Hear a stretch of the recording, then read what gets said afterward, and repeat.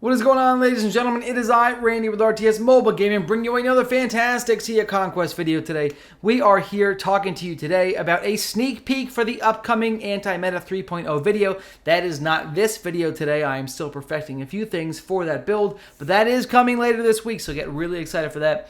The video today is going to be talking about my support ship that I am building for this setup, okay? There's a lot of different things you can do for the Anti-Meta 3.0 that's coming up in the near future, but for sure, you are going to want a dedicated support ship somewhere in your fleet. Now, typically, I have ran a dedicated support ship with Bones, Cordelia, and Wanda. However, in the Anti-Meta 3.0, this build is evolving in a number of ways, okay? First of all, I got rid of the Warhammer, okay, and I replaced it with the Crimson Sentinel. The Crimson Sentinel is a very, very fantastic ship for being a heal support ship because not only does it give you percent HP and percent attack, which is going to help you live longer, help you heal more, okay? It also has a great ultimate here that gives you 30% bonus armor when you're below 50% HP, so it's really, really nice and tanky, all right? In addition, for this particular setup today, we are also getting 15% bonus blazing and drowning damage, which will benefit Tanaka. You may be asking yourself, Randy, why do I give a shit about Tanaka if I am over here killing things with everybody named Griffin? That is a great question. Tanaka is still going to do fantastic damage in these fights, even though he's by himself on a healing ship, okay? In addition, and let's just get right into the heroes, then I'll talk about the ship parts and the trinkets, and we'll just do it'll be a whole circle, it'll be fantastic. I'll just start with Tanaka. Tanaka, on the support ship, if you have seen my Stormbringer, revised Stormbringer video from a few days ago, and if you have not, please watch it. It's going to help you boost your damage quite a bit. But we have taken Tanaka off the Stormbringer, and we moved him to support ship because he is still going to provide great support by causing all of the damage over time skills on the ships he hit to be extended by several seconds. This is going to benefit both his damage over time effects plus the taking on water damage over time effects that are on these enemy ships, okay? He is also going to do pretty solid damage. He's going to do pretty solid damage, and he's going to apply a ton of blazing damage over time effects, and he's going to really boost the damage of your overall fleet by doing a ton of just steady AoE damage, okay? He will trigger his own trinket. That is another aspect here. So this trinket is going to turn him into an even bigger damage dealer, even though he's by himself. Once he has 7 stacks of foresight, his own ultimate will be triggering the 15 blazing stacks required to trigger his Drifting Wanderer sword. The next hero we have is actually the captain of this ship is going to be Cordelia, okay? She is fantastic. She's going to do great healing, okay? She's going to also cleanse, taking on water and burning stacks. So, big healer, lots of cleansing, a little bit of heal over time will be coming into effect here as well, okay?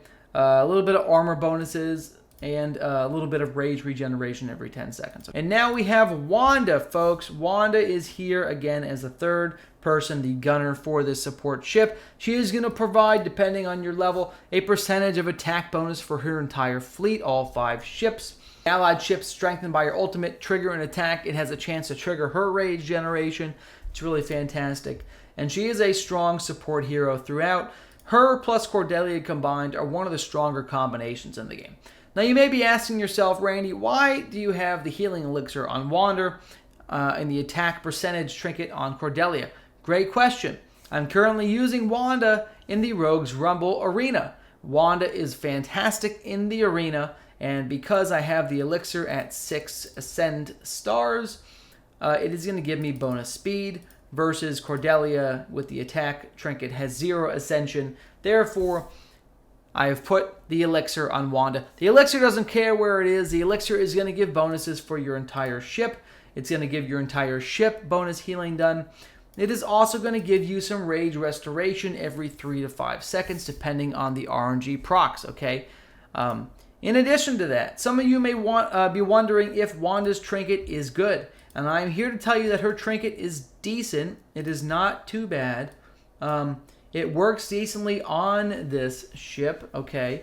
But in general, I have found that I'd rather use a little bit of attack to boost Tanaka's damage versus just putting a little bit more healing in here. Healing is a multiplier on the end of the equation. It is a cumulative multiplier of all the healing effects combined into one thing.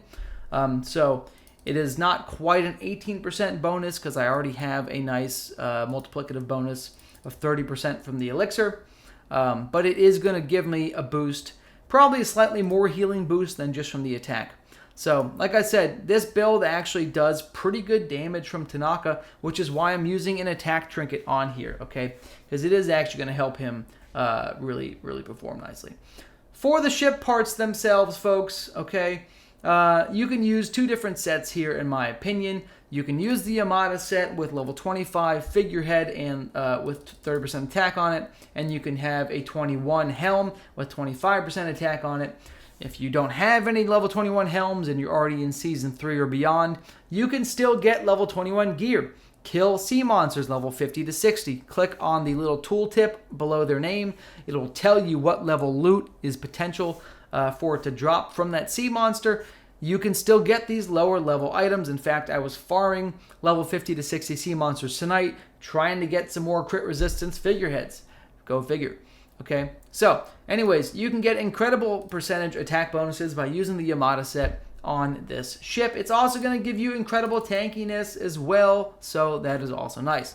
However, if you really would like to really push Tanaka's damage and really push the healing, you can go slightly more glass cannon and you can run, okay, Blade of Freedom on this ship if you'd like. All right, now don't get caught up in the level 25 Blade of Freedom gear with all these sails that do crit damage and things like that. You really don't care about that. What you need to do is make a tanky ship with high attack, okay? So you want to look at crit resistance, things like that. I don't want to pull this off my other ship. Or if you're lucky enough to have a legacy healing bonus figurehead, you can run one of these as well. It is going to give you a little bit more healing multiplier. And again, they don't drop with this anymore. So if you have one, use it. It's really up to you. And as you can see here, I did gain about 10,000 total attack compared to when I was running the Yamada set. Just under 10,000. I gained some nice impact, okay? And I still have pretty good HP and armor because I'm using 2 Constitution Heroes with 1 Constitution Trinket. So you can run this set like that if you would like. It's really up to you. This is going to help you perform well. But again, the Yamada set is just fine. Okay, so those are the ship parts, those are the trinkets, and those are the heroes for the ship. Here are these substitutes if you are more of a free-to-play player and maybe you don't have these people maxed out. Totally fine. You don't have to run Tanaka in here. I'm running Tanaka because he does have decent damage, okay? But you could run Lulu in here. Lulu is a great person to run on this all-heal ship, okay? She is going to give attack percentage to the ship. She is going to give healing bonus to the ship. So just her being on here is going to boost the healing from Cordelia significantly. And she does pretty good healing as well. If Cordelia is going to do 30 million healing in a fight, I guess it's a little bit of a stretch. If Cordelia is going to do 5 million healing in a fight, you'll probably see Madame Lulu do about 2 million. She does a pretty good job healing the ship she's on. She does a little bit of healing to the adjacent ship, right? Another half of her healing is dealt to 1 additional ship. So she is a strong one to have in here. And I have no objections if you run Madame Lulu as the first mate, okay? You can also run Django as the first mate and really lean hard into the rage generation. You don't necessarily need his stats. It's not that big of a deal if you don't get the 20% stat bonuses on Django, but you still will be getting incredible rage generation for your fleet. So all of these things are things that I'm testing. They are all viable options for this setup. And I really probably would not be using Tanaka if I didn't have him at 8 stars and I didn't have his trinket maxed out. If I had his trinket unascended with no stars here, I probably wouldn't be using him because he wouldn't be doing anywhere near as much damage as he's doing today. However, since I have that, I am going to use it. But if you are free to play, those are your substitute options, okay?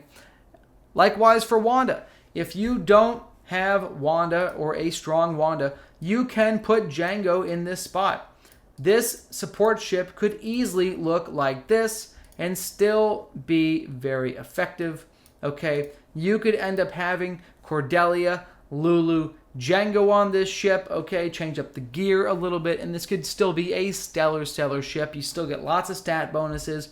You get good rage generation, a lot of healing, and really effective performance from the ship. So there's a lot of different things you can do here. I don't want you to feel trapped into any one thing, right? So we suggested a couple alternatives for the gear.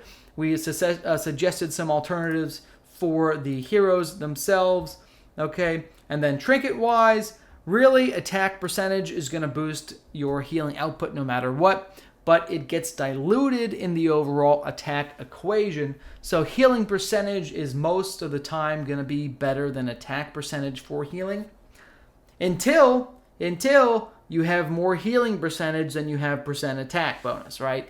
Then they flip. So they have that relationship. You already have a lot of attack bonus from your stargazing. You're going to have a lot of attack percentage bonus from the captain's quarters, right? You're going to have a lot of attack from that. So it's going to take you some time to offset, if ever, having more healing than attack. Until you get to that point, healing will be slightly more valuable, okay, with diminishing returns. But in general, having attack percentage trinkets like the claws, if you happen to have the hooked hands, whatever you want to call them, the tyrant's hands, let's call them by the name. Tyrant hands are fine, okay? And guess what? If you can put 6 purple stars into them, which should not be difficult to max out a few of these, even as a free-to-play, if you can ascend this to a 6-star purple, it is going to give you the same percent attack bonus as on a 0-star gold. So feel free to do that. Having some of these on each hero would be great. The chalice is also nice, but as you notice, I don't have any of these maxed out because I'm using the elixir, which is fantastic already. But you could use the chalice if you like. It's really up to you. Depends on who your first mate is. Is it going to be a damage dealer, or are you just going pure support? If you're going pure support, maybe you're going to be using some of these healing chalices for the life funnels instead, okay? And that is the video, ladies and gentlemen. This ship performs really well. Oh, I guess I'll make one more suggestion for you. This is something I was trying out. I haven't decided if I like it or not, and I will comment on this in the Anti-Meta 3.0 video when it comes out later this week. But for a little while, I was also messing around with the Sacred Guardian set on this ship, and I turned this ship into a high healing bait ship. Think about that for a second. So I was drawing an incredible amount of damage to me, I was doing an incredible amount of healing, and overall I was able to boost the damage on some of my other ships by having a bait ship and a healing ship wrapped into one. So this is something else that I'm testing. It is not confirmed to be decent yet or not. Don't do it yet. Oh, do it if you want. But I'm still testing it. I'm not going to vouch for it yet. It's something that's in the works, okay? If you have enjoyed this video, please feel free to like and subscribe. I love you long time. Randy, out.